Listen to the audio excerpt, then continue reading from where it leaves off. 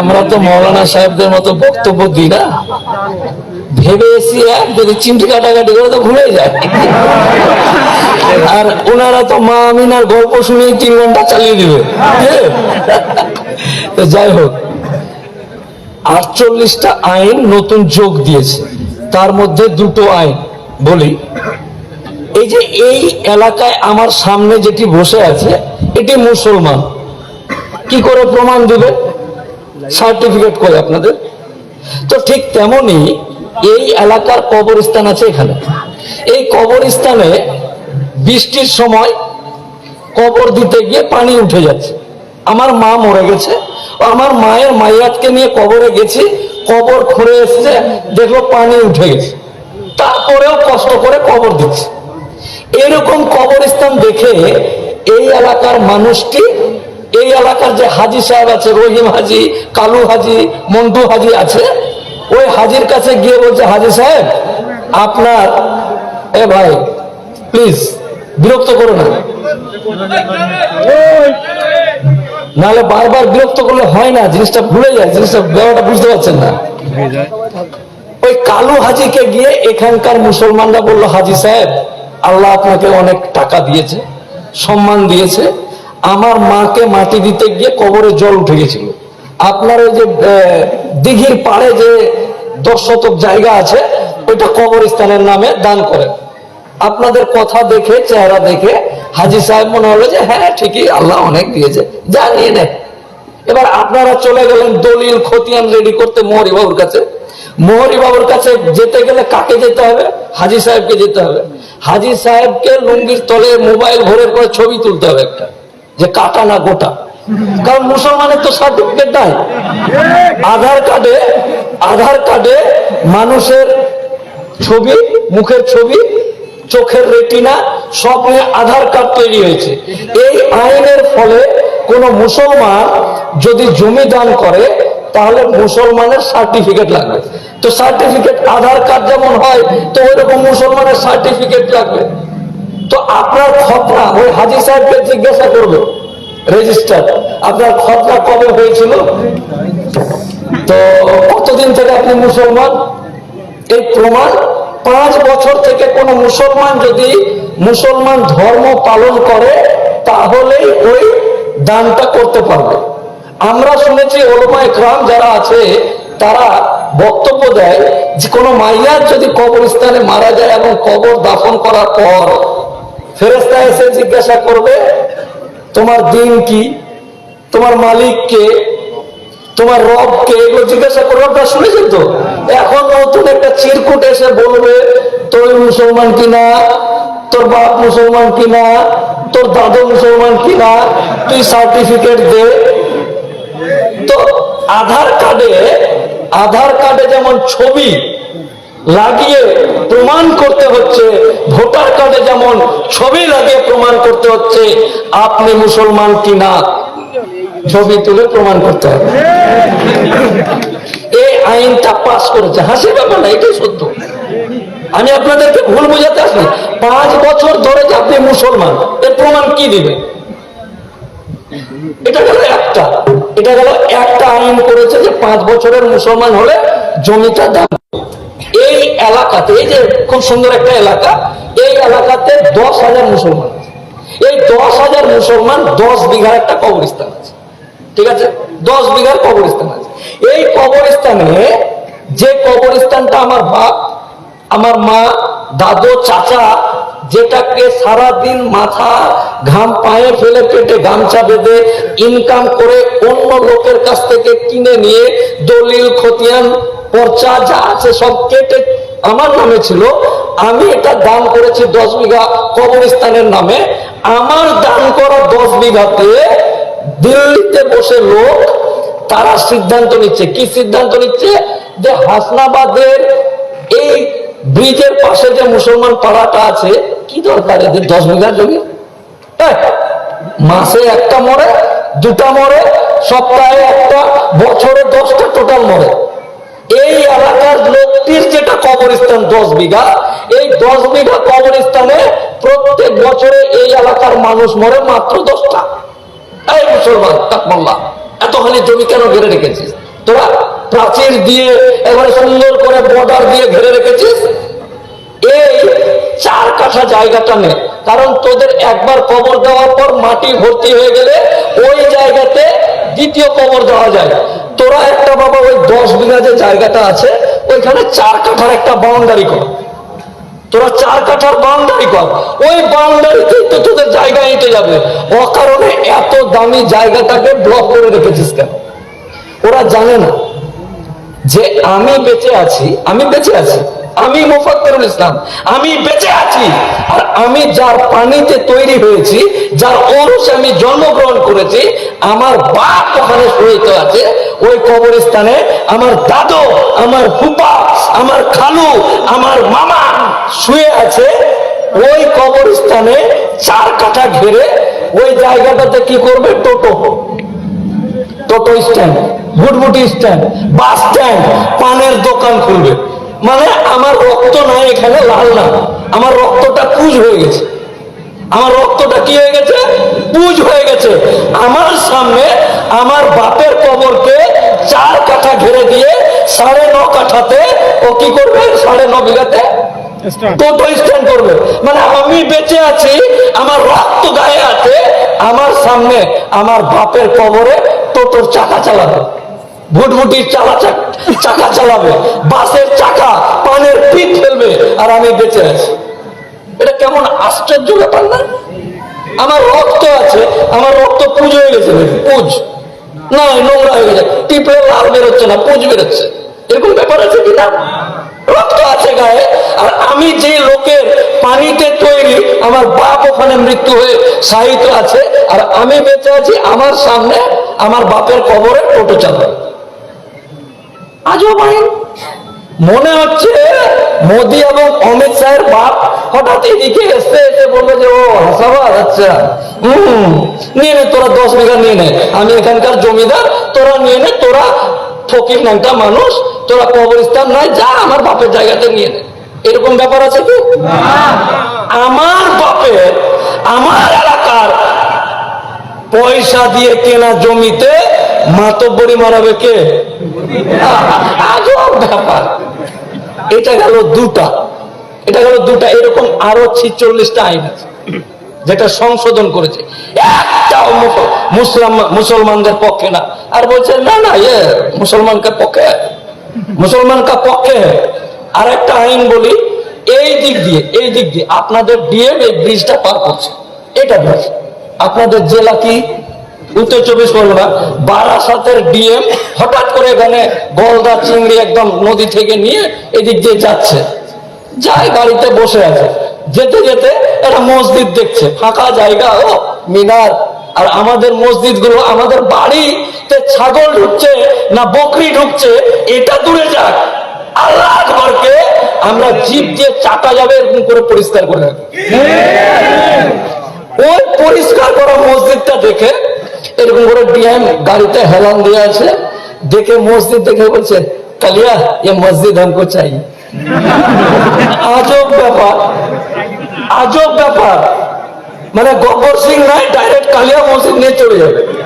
তো মোদি বা এই সরকার ডিএম কে এই পাওয়ারটা দিচ্ছে যে এই মসজিদটা যদি মনে করো তুই নিতে পারবি। কিরকম করে?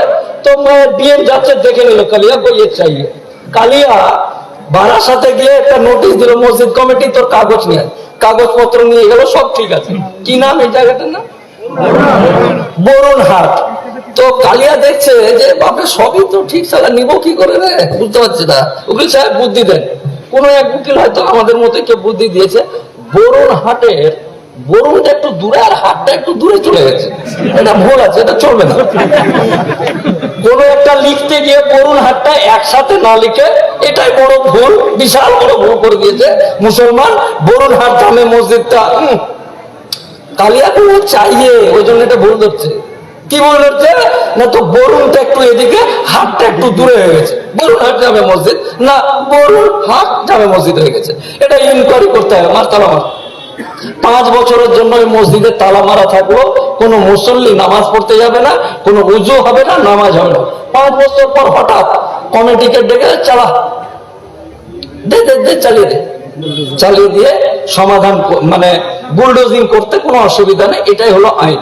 যদি কোনো ম্যাজিস্ট্রেট, ডিস্ট্রিক্ট কালেক্টর মনে করে তাহলে যে কোনো সম্পত্তিকে ইনকোয়ারি, ইনভেস্টিগেশন, খোঁজ নিব, ইনকোয়ারি করব, এই নাম করে যে কোনো ডিএম বা ডিস্ট্রিক্ট ম্যাজিস্ট্রেট যদি মনে করে সেটা মসজিদ হোক, কবরস্থান হোক, খানকা হোক, অলি আউলিয়ার কবর মাজার হোক, যে কোনো জায়গায় হাত দিতে পারবে। এই আইনটা এই সরকার করছে। এই গেল এরকম 43টা হলো, আরো 3টা হলো, আরো 43টা এরকম আইন আছে যেটা একটাও মুসলমানের পক্ষে নয়। তারা শুধুমাত্র ওই সম্পত্তি থেকে নিয়ে, আমার ভাই বলছিলেন যে সরকারের মুসলমানের সম্পত্তি নজরে লেগেছে, নজরে লাগলে চোখে জয় বাংলা হয়ে যাবে, জানেন? সরকারের চোখে জয় বাংলা হয়ে যাবে। এরকম মানুষ যদি খেপে যায় তো নজর ফজর জয় বাংলা হয়ে যাবে, দেখতে পাবে না, বুঝলে? এরকম ব্যাপার হয়ে যাবে। অনেকে এই যে অনেকে অমুসলিম ভাই যারা আছে, কি করছে এরা? অশিক্ষিত একটা লোক বকছে, এখানে হাওয়া হাওয়া করছে। আর আমাদের জাতের কিছু স্ট্যান্ডার্ড টাইপের মুসলমান আছে, আমাদের জাতের কিছু স্ট্যান্ডার্ড টাইপের মুসলমান আছে যারা শিক্ষিত, মাস্টার, ডাক্তার, মুই কি হনুরে টাইপের মুসলমান আছে। ওরা ওদের সাথে তার যে হ্যাঁ ঠিকই বলেছিস শ্যামল, আমিও এটা কি অশিক্ষিত একটা লোক এসে বলছে, এরা হাওয়া করছে। আমরা আমার আল্লাহর জন্য 100 বার অশিক্ষিত হতে চাই। আমরা আমার নবীর জন্য 100 বার অশিক্ষিত হতে চাই। তাদেরকে চিহ্নিত করুন। আর যেদিন ওর বাপ মারা যাবে কবরস্থানে, আমরা 2টা থেকে রাত 8টা পর্যন্ত থেকে আমাদের এলাকার কবরস্থান বাঁচিয়েছি। তুই বাবা মায়ের ভাষা, মায়ের ভাষা, এগুলোকে চিহ্নিত করতে হবে। এরাই মোদির বন্ধু। আচ্ছা, নূপুর শর্মার নামটা জানেন? আমাদের প্রিয় নবীকে কটূক্তি করেছিল, ওরই চাস্তো ভাইয়েরা। নূপুর শর্মার চাস্তো ভাই, নূপুর শর্মার ফুফাতো ভাই, খালাতো ভাই যারা আছে তাদেরকে চিহ্নিত করুন। আর প্রয়োজন হলে তাদেরকে বয়কট করে এলাকাতে কবরস্থান, ঈদগাহ, মসজিদ, মাদ্রাসাতে যারা এই বিপদের সময় খৈনি কসলাতে কসলাতে অমুসলিমদের সাথে তাল দিয়ে বলে এটি মূর্খ, এই আন্দোলনের জন্য এই যে স্ট্যান্ডার্ড টাইপের মুসলমান আর আমার অমুসলিম ভাই যারা এটাকে নিয়ে টন টিটকারি কাটছে, আন্দোলন করে কি হবে? লোকসভাতে, রাজ্যসভাতে রাষ্ট্রপতির সাইন হয়ে গেছে, এখন কি হবে শুনে নেবে ভাই? এই যে শুনে যাও, তুমিও শুনে যাও, কি লাভ হয়েছে জেনে নাও। এই যে 56 ইঞ্চি কা মোদি হ্যাঁ, সুপ্রিম কোর্টের ঘর, একদিকে উকিল, সরকারি উকিল, একদিকে ওয়াকাফ বাঁচাও উকিল। তো সুপ্রিম কোর্টে যিনি হেড হবে ওইটাই মোদি, ডাইরেক্ট সরকার, ও একা একটা সরকার। আমাদের পশ্চিম বাংলাতে একটা লোক, মানে আমি ধরেন অ্যাডভোকেট জেনারেল, তো আমি গোটা পশ্চিম বাংলার সরকার, মানে সরকার হয়ে জজকে বলবো। ঠিক তেমনই সুপ্রিম কোর্টের একটা ভারত সরকারের উকিল আছে, ওই সব। ও যদি বলে মোদি কালকে খায়নি, তো ওটা যদি বলে সরকার এই, তো আমাকে সরকার ওই পাওয়ারটা দিয়েছে যে আমি জজের সামনে গিয়ে যেন বলি।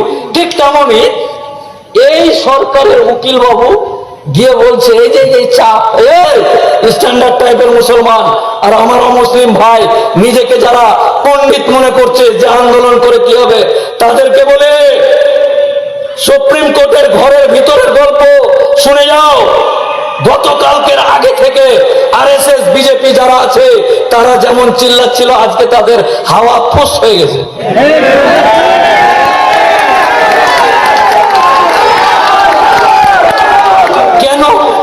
কেন ফুস হয়ে গেল? 3 দিন আগে তো অনেক কিছু বাপরে হয়ে গেছে, মুসলমানকে জব্দ করে দিয়েছি, এই করে দিয়েছি। সুপ্রিম কোর্টে ওই 56 ইঞ্চির উকিল বাবু গিয়ে না না না, আমরা কই হিন্দুদেরকে বলিনি তো, ওদের মসজিদ কমিটিতে মুসলমানরাই থাকবে। আমরা কই বলেছি যে 2টা অন্য জাতের নিতে হবে? বলিনি। মাই লর্ড, হুজুর, বড় হুজুর, ছোট হুজুর, মেজ হুজুর যারা এখানে বসে আছে, ওদের সামনে কেন্দ্রীয় সরকারের উকিল বাবু বলছে মাই লর্ড হুজুর আমরা এগুলো একবারও বলিনি, কই কই কই না তো। আমি না আমরা, এরা নিজেরা করছে, আমি না। তো এদের গিরগিটির থেকে এরা খারাপ। সংসদে দাঁড়িয়ে যেখানে তাদের সংখ্যা বেশি সেখানে বড় বড় দাপট মারছে, আর সুপ্রিম কোর্টে গিয়ে ওইখানে গিয়ে জজ বলছে কেন এই যে ওয়াকাফ বাঁচাও উকিলটি যে বলছে না না না না ওগুলো এমনি মিস কল মেরে দেখছিলাম। মানে আমার মসজিদ, আমার মা দাদু যেখানে শুয়ে আছে ওই কবরস্থানের কমিটিতে অন্য দুইজন আসবে। আমার মসজিদে এই যে আমরা যে বলছি হিন্দু মুসলমান ভাই ভাই, যদি দুটা অন্য জাতের লোক আসে তো আপনাদের এত রাগ কেন? না না না না না, এই যে ডাক্তার নিয়ে আসেন, আমার শুধু নয় আমার সামনে যারা বসে আছে তাদের বুকটাকে চিরে দিয়ে কলিজা বার করে দেখেন, আমাদের হিন্দু মুসলমানের কোনো দ্বন্দ্ব নাই। আরে আমরা নবাবের ছেড়ে যাও বংশধর, নবাবের ছেড়ে যাও বংশধর। আমাদের মন মানসিকতা এবং হৃদয় আয় আয় ঢুকে যায় আমার হৃদয়ে, আই লাভ ইউ টু। কিন্তু নবাবের ছেড়ে যাওয়া বংশধর তার মানে আপনাকে আমি হৃদয়ে জায়গা দিই। মাথায় উঠে কেউ যদি নাচতে চায় তাহলে এমন ঝাঁকি মারবো একেবারে বুড়ি গঙ্গাতে গিয়ে পড়বে। হৃদয় অব্দি ঠিক আছে, এখানে উঠে কেউ যদি ছিচিরে ননেছি বলে বিরক্ত লাগবে না? এখানে অব্দি ঠিক আছে। তাই যারা মনে করে আমাদের হৃদয়ে হিন্দুদের প্রতি রাগ উমুকের পারে না, টাইম কোথায়? আমাদের এত টাইম আছে নাকি? অনেক ব্যস্ত মানুষ আমরা ওই হিন্দু মুসলমান সম্প্রীতি নষ্ট করার টাইম আমাদের নাই। আমরা ওগুলোর জন্য দিলীপ ঘোষ শুভেন্দু অধিকারীকে ছেড়ে রেখেছি, তোরাই করে বেড়াস। আমাদের ওগুলো টাইম নাই, আমাদের ওগুলো টাইম নাই। ব্রাদার ইন ইসলাম, এই আন্দোলনের ফলে সুপ্রিম কোর্টে বলছে যে আমরা তো বলেইনি যে আমরা অন্য জাতের লোককে ঢোকাবো, আমরা তো বলেইনি যে আজ থেকে বিগত দিনে যে ওয়াকাফ গুলো আছে ওই ওয়াকাফ গুলোতে হাত দিব। আর একটু মিস কল মেরে দেখতে চাইছিলাম, এটাই হলো সুপ্রিম কোর্টের মেন জিস্ট রেজাল্ট। তবে আর একটা জিনিস বলি, চালাক সবাই, যদিও আমরাও চালাক আছি, অনেকে এইটা লাড্ডু দেখে বাপরে রায় হয়ে গেছে, অমুক হয়ে গেছে, তমুক হয়ে গেছে, আমরা বসে যাই চল বউটাকে বাপের বাড়ি অনেকদিন থেকে যায়নি দিয়ে আসি, যাই মুখ কাছে ব্যস্ত হয়ে যায়। না জামা এসছে পোল্ট্রি মুরগি কিনি না, দাঁড়ান এগুলা তো ললিপপ হতে পারে। বাপু যে সব ঠিকঠাক হয়ে গেছে, এরা বসে গেছে। আল্লাহর কসম, আল্লাহি আল্লাহর কসম, এটাই শেষ, এতেই করেঙ্গে আমারেঙ্গে।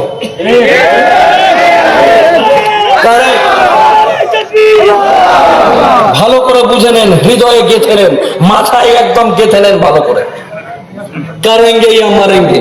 এর আগে এনআরসি, সিএ, 3 তালাক, এনা তেনা বেনা, কালু ডোগরা, 19-20 প্রচুর কিছু করেছে, আমরা কিছু মনে করিনি। ঠিক আছে নবাব না। কিন্তু এইবার যখন অলি আউলিয়ার কবর, মাজার, ঈদগাহ, খানকা, দরগা, মসজিদ হাত দিয়েছে, এটাই শেষ। আচ্ছা এই আন্দোলন করে লাভ কি? এই যে এখানে ওই চটিতে ওই ছাদে সিআইবি, আইডি, ডিআইবি ঘুরছে, ওরা লিখছে, এখানকার এসপি যে আছে তাকে লিখছে 10,000-এর মতো লোক আছে, একটা উকিল নাক বড় গাল নাই চিল্লাচ্ছে, এরা শান্ত মানুষ, কোনো ব্যাপার। কিন্তু ওই আইবি ডিআইবিটা যদি লেখে আল্লাহ, এসপি কে লিখছে আল্লাহ আকবার, মানে এসপি কে চিঠি করছে, মেসেজ করছে, খুব খেপে গেছে, বাপরে মারাত্মক, এই এলাকার লোক শান্ত হতে চাইছে না, না না না এরা বাপের কবরে হাত দিতে দিবে না। এই মেসেজটা যখন এসপির কাছে যাবে, এসপি ডিআইজি কে পাঠাবে, ডিআইজি অমিত শাহের অফিসে পাঠাবে, অমিত শাহ মেসেজ দেখে বলে বাপরে হাসনাবাদ খেপে গেছে, তাই নাকি? তখন মোদীকে ডাকবে, তাড়াতাড়ি আসো, কি হয়েছে রে? গুরু ভুল হয়ে গেছে। অমিত শাহকে মোদী বলবে গুরু ভুল হয়ে গেছে, মুসলমানদের কবরে হাত দেওয়া উচিত হয়নি। যেমনটা পাঞ্জাবের কৃষকেরা, পাঞ্জাবিরা, শিখ জাতের ভাইরা যখন আন্দোলন করে, মোদীর মতো লোক এসে টিভিতে বলেছিল मुझको मैं माफ कर दो, ক্ষমা कर दो, ভুল कर दिया। আচ্ছা, শিখ জাতের লোক কতটি আছে গোটা ভারতে? 5 কোটি, 2 কোটি, 3 কোটি, 5 কোটি। আমরা কত দিয়েছি? 40 কোটি। তাহলে ওদের মতো লোকের জন্য টিভিতে এসে মোদির মতো লোক যদি বলে মুঝকো मैं माफ कर दो, गलती हो गया कलिया, তাহলে আমাদের মতো লোকের জন্য কি করবে? কি করা উচিত? দেশ ছেড়ে পালাতে যাবে না। অন্য দেশে শ্রীলঙ্কাতে রাষ্ট্রপতি পালিয়ে গেছে, বাংলাদেশের প্রধানমন্ত্রী পালিয়ে গেছে, আমরা পালাতেও দেব না, এখানেই থাকবে, পালাতেও দিব না। বিমানবন্দরে গিয়ে প্রয়োজন হলে আমরা আন্দোলন করব, যেন মোদির মতো লোক এসে বলে টিভিতে এই আন্দোলনের রেসকে এমন ভাবে গণতান্ত্রিক পদ্ধতিতে এগিয়ে নিয়ে যেতে হবে যে এই আন্দোলনের চাপে মোদির মতো লোক এসে যেন বলে, যেমনটা শিখদেরকে বলেছিল মাফ করো, ভুল হয়ে গেছে। আর কোনদিন, যতদিন আমি বেঁচে থাকবো, তোদের বাপ দাদুর কবরের দিকে হাত দেবো না বাবা। পারবেন না? না পারলেও করতে হবে, এটাই তো লাস্ট। আপনার কাছে অপশনই নেই, বুঝতে পারলেন না? না আমি একটু ভাবছি না, কি ভাববে না? আর ভাবার কি আছে? আপনার বাপ কিছু ভেবে করতে পারেনি, আপনার দাদা কিছু পারেনি, আপনাকেই পারতে হবে এক্ষুনি এই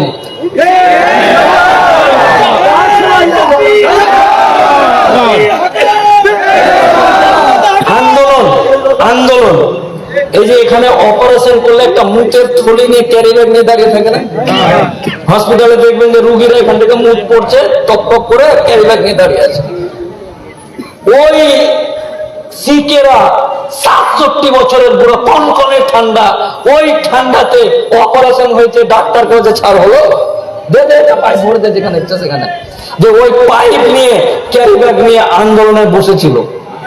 এটাই হলো আন্দোলন বলেই মোদির মতন অহংকারী লোক টিভিতে এসে ক্ষমা চেয়েছে। আর আপনি একটু বেটিটাকে দেখে আসি, জামাইটা এসে পোল্ট্রি নিয়ে নি, আমার ওই বেটাটার ভর্তির ব্যাপার আছে, চাই আল্লাহর কসম দিয়ে বলছি, করেঙ্গে ইয়া মারেঙ্গে। গান্ধীজি বলেছিল, এখনকার দিনে গান্ধীজি নেই, নেতাজি নেই, ক্ষুদিরাম নেই, আমরা তাই উত্তরসূরি, আমাদের পীর আউলিয়াদের উত্তরসূরি আমরা।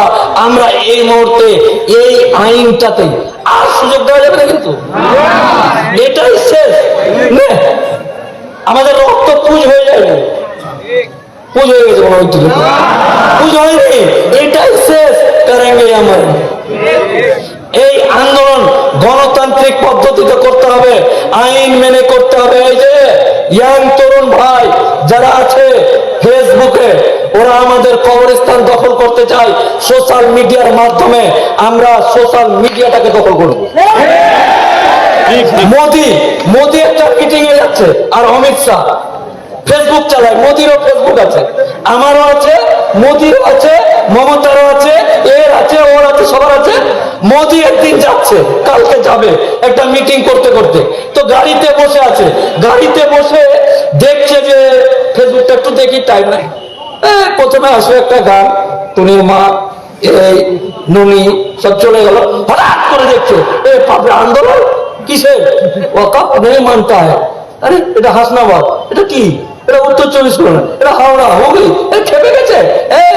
ওখানে মিটিং ভাবতে থাম থাম, বাস থামা, বাস বা গাড়িতে যাচ্ছে, মোদি বলবে থাম, থামা না, ড্রাইভার গাড়ি ঘোড়া চলে, এখন ঘোষণা করতে হবে, নাহলে এটা ফেসবুকে ধরো, বাপরে কোনো কিছু দেখার সুযোগই নাই, খালি ওয়াকাফ মানি না, ওয়াকাফ মানি না, ওয়াকাফ মানি না। বোঝা গেল? করতে হবে। আন্দোলন বিভিন্ন প্রকারের হয়, আপনি যেটা পারবেন সেটা করবেন। আপনি যদি মনে করেন যে আমি একটু সুপ্রিম কোর্টে গিয়ে কালো কোটটা পরে ঘুরবো, হবে? তো আপনার যেটা কাজ সেটা বুঝে আপনাকে করতে হবে। ইয়াংদের যেটা কাজ সেটা ইয়াংরা করবে। প্রবীণ যারা আছে, আমাদের যা আমাদের কম, এখনো বাপ বেটা একসাথে বসে মদ খায় না, এখন আমরা বাপ চাচা থেকে বিড়ি সিগারেট খাই না, আমরা বাপ চাচাদেরকে এখনো সম্মান করি। আমাদের বাপ চাচা গাইডেন্সে, চাচাকে বাপচে আপনি আপনি বেঁচেই আছেন। আর আপনি যখন যুবক ছিলেন 22 বছরের, তখনকার দেশ, আর আপনি 67 বছরের বুড়া হয়ে গেছেন, এখনকার দেশের মধ্যে পার্থক্য আপনি নিজেই বুঝতে পারছেন। আপনি ভাবুন, আপনি 2-3 বছর পর মরবেন, কবরে চলে যাবেন, কেমন পৃথিবী রেখে মরছেন, এই সমাজ কিভাবে রেখে মরছেন। আপনাকে দায়িত্ব নিতে হবে। আমরা আপনাদের পিছনে আছি, প্রত্যেকটা বাবাজি বুজুর্গ যারা আছে তাদের পিছনে আমরা আছি। আপনারা এগিয়ে চলুন, সেটা ব্রিগেড হোক, দিল্লি হোক, হাসনাবাদ হোক, বসিরহাট হোক, টাকি হোক আর মুরারিসা হোক, যেখানে যা হবে লাভবাহিক বলে হাজির হতে হবে। কারণটা কি? কারণ একটাই, 1000 বার আপনাদেরকে বক্তব্যের মধ্যে এটাই শেষ, এটাই শেষ, আর হবে না এখানে। এটাতে যেভাবে যা করতে হয়, যা যা পদ্ধতি অবলম্বন করতে হয় আন্দোলনের, এই শেষ, এই শেষ, এই শেষ। কারণ আগামী প্রজন্মকে আপনি আপনার ছেলেকে এই পৃথিবী রেখে মরবেন। এই হাসনাবাদে আপনার ছেলে থাকবে, আপনার ছেলে, আপনার নাম মফিজুল, আপনার ছেলের নাম জয়নাল। এই জয়নালকে আপনি যদি এই বয়সে এই পৃথিবীতে আপনি বেঁচে আছেন, কত কি দেখলেন, লাত মারকে লুঙ্গি বাহিনী কো ভাগাও বলেনি, বাপের আধার কার্ড নেয় 62 সালে। এটি কে দেখলো? আপনি দেখছেন। এই যে বেঁচে আছেন যেটি, এটি দেখলেন। তাহলে আপনি যে কাউকে মরে যাবেন, কবরে চলে যাবেন, এই যে সুন্দর সুন্দর বাচ্চাটিকে কি রেখে যাবেন? আপনার বেঁচে থাকাতে এনআরসি, এবিসি, কেপিসি, ঠেপিসি হলো, তাহলে ওদের আমলে কি হবে আপনি ভেবে আপনাকে জাগ্রত হতে হবে, সজাগ হতে হবে। ওদের জন্য আপনার ভুলের কারণে, আপনার অবুঝতার কারণে, আপনার অসচেতনার কারণে আজকে আমাদের মতো লোককে বিভিন্ন জায়গাতে কাটানা ঘোটা, মোল্লানা টোল্লা এগুলো শুনতে হচ্ছে। তাই আপনাদেরকেই অত্যন্ত, আপনাদের প্রত্যেকের, আমার বাবাজি যারা আছে, চাচাজি যারা আছে, তাদেরকে বক্তব্য আমার ভিডিওতে শুনে নেবেন। আজকে আপনাদের, আমার বাবাজি চাচাজি যারা আছে তাদের পা ধরতে এসেছি। আপনার যা, আপনার কমের ভাই, আমার বাবাজি যারা আছে তাদের পা ধরে বলছি, চাচাজি, বাবাজি, এটাই শেষ। এই শেষ কলমে আপনাকে দেখাতে হবে যে কোন আইন মুসলমানদের বিরুদ্ধে কিভাবে সরকার তৈরি করতে পারে। আমার ইয়াং তরুণ রক্ত যারা আছে, যাদের রক্ত পুজ হয়ে যায়নি, যাদের রক্ত ডবল স্পিডে গোড়ায়, তাদেরকে বলছি, ভাই, তোদের হাতে আমার হাত, তোদের কাঁধে আমার কাঁধ। এই জায়গাতে পৃথিবীর সমস্ত কাজ বাদ দিয়ে এই আন্দোলনকে সুন্দরভাবে এগিয়ে নিয়ে যাওয়ার দায়িত্ব তোদের। এই হাত আমার বাবাজিদের পায়ে, এই হাত আমার ইয়াং তরুণ প্রাণ প্রিয় যারা ভাই আছে, তাদের হাতে আমার হাত, তাদের বুকে আমার স্থান। এসো, আমরা এই আন্দোলন করে এই আইনকে বাতিল না করা পর্যন্ত বিরাম হব না, ইনশাআল্লাহ। আল্লাহ অনেকে বলছে, আন্দোলন করে কি হবে? তাদেরকে বলে, আমরা শরিয়ত মানা মুসলমান, আমাদের ঈমান, আমাদের কোরআন, আমাদের শরিয়ত বলে শেষ নবীর পরে আর কোন নবী এই পৃথিবীতে আসবে না। এবং হযরত উমর রাদিয়াল্লাহু তাআলা আনহু, হযরত আলী রাদিয়াল্লাহু তাআলা আনহু, ইনারা এই পৃথিবীতে এখন আর নেই। হে আল্লাহ, এই হাসনাবাদ এলাকার আমার যত যুবক আছে, আমার যত প্রাণপ্রিয় ভাই আছে, তাদেরকে তুমি হযরত আলীর মতো জাযবা, শক্তি দান করো আল্লাহ। নারে তাকবীর।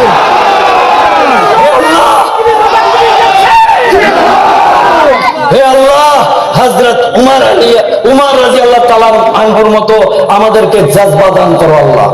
হে আল্লাহ, আবাবিল পাখির মতো আমরা এই বৃহত্তর শক্তির কাছে, আবাবিল পাখি আপনারা শুনেছেন, ছোট্ট পাখি নুড়ি পাথর মুখে এনে হাতির চোখ কানা করে দিয়েছিল।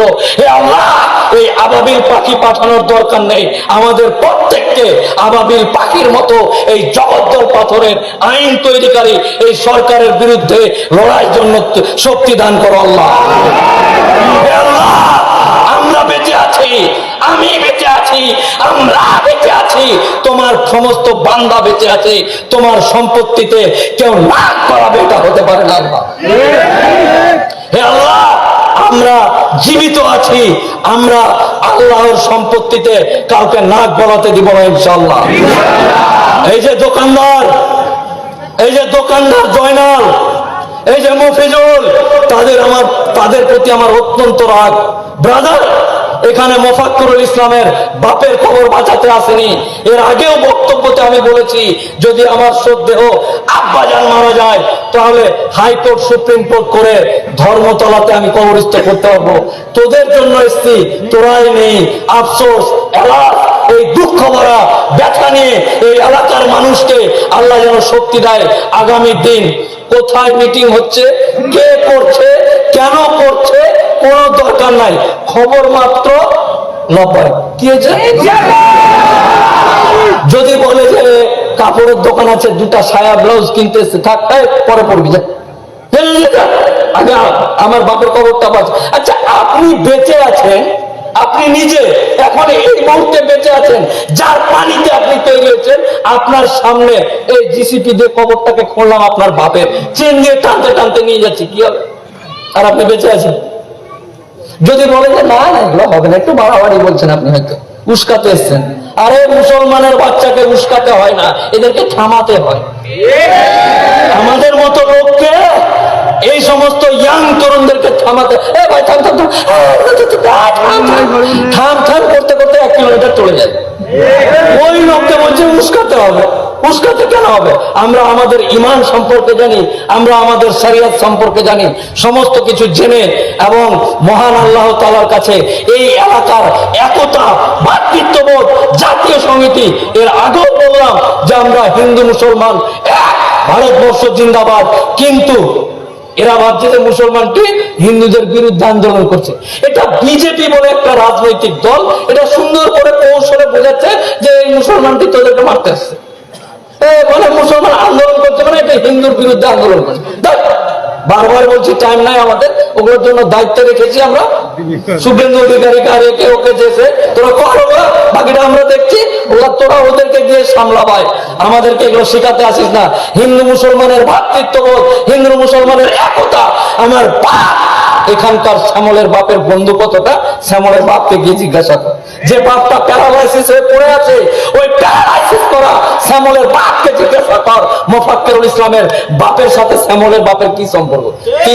অন্য তারা বলছে হিন্দু মুসলমান এই ওই সেই দিস দ্যাট। আমাদের ইতিহাস, আমাদের ভূগোল, আমাদের জীবন বিজ্ঞান, ভৌত বিজ্ঞান যা পারবি করে দেখে নে। আমরা ভারতের জাতীয় সংহতিতে বিশ্বাস করি, ভারতবর্ষে একতার কথা, একতার গানকে আমরা বিশ্বাস করি। তাই কেউ আমাদেরকে চিমটি কাটলেও কিছু যায় আসে না। আগামী দিন আমরা এক এবং একত্রিত হয়ে এই এলাকাতে প্রত্যেকটা মানুষ যেন সুখে বসবাস করতে পারে। আল্লাহ, হে আল্লাহ, এই এলাকার মানুষকে সুখ দিও, শান্তি দিও। হে আল্লাহ, এই এলাকার মানুষকে তুমি ভ্রাতৃত্ববোধে এমন ভাবে, সুন্দর ভাবে তুমি রাখবে যাতে এই এলাকার মানুষ সুখী এবং সন্তুষ্ট হয়। আল্লাহ, সমস্ত কিছু বারবারই বলছি, আর একবার লাস্ট বলে আমি আমার বক্তব্যটা এখানে শেষ করব। চাচাজি, এই হাতটা, এই মোফাক্কিরুল ইসলামের হাত আর আপনার পা, যদি ওরা উঠে দাঁড়াচ্ছে, পা ধর, নাহলে করবো না, এখনই রাজি আছে আল্লাহর কষ্ট।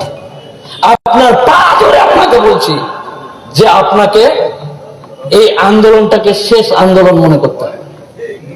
আমার ইয়াং তরুণ ভাইদেরকে বলছি, তোর হাত আর আমার হাত, তোর হৃদয় আর আমার হৃদয় এক জায়গায়। কারণ এটাই শেষ, একদম পিকটা নাই, এরপরে একদম বাংলাদেশ, এরপরে একদম বর্ডার, একদম মানে পিঠ থেকে গেছে। আর নুপুর শর্মার চাচতো ভাই, ফুফাতো ভাই, খালাতো ভাই, মামাতো ভাই যারা আছে তাদের থেকে সাবধান, তাদেরকে চিহ্নিত করুন।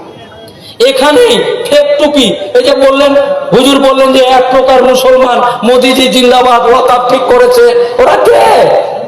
নুপুর শর্মার চাচতো ভাই টাইপের লোক, ফেক টুপি পরে আর কিছু আগে মোদি মোদি। আমরা জান দিতে চাইছি, রক্ত দিতে চাইছি, এক আল্লাহতে বিশ্বাসকারী আদমের সন্তান যদি ও হয়, তাহলে আমরা মানে আমরা কিছুই জানি না, ও একাই ওই ডাইরেক্ট ওকে বলেছে তুই ব্যাপারটা মোদির সাথে তুই বুঝে নি, আর এটি চিল্লা, এরকম ব্যাপার আছে কি না? তাই আপনারা সকলে একত্রিত হয়ে আল্লাহ যেন আপনাদের শরীর স্বাস্থ্যকে ভালো রাখে, আপনারা যেন এক থাকেন, একত্রিত থাকেন। আপনাদের সকলের সুস্বাস্থ্য কামনা করে আমার জন্য দোয়া চেয়ে আমি আমার বক্তব্য শেষ করছি। আসসালামু আলাইকুম ওয়া রাহমাতুল্লাহি ওয়া বারাকাতুহু। সবাই উঠে একবার তাকবীর, নারে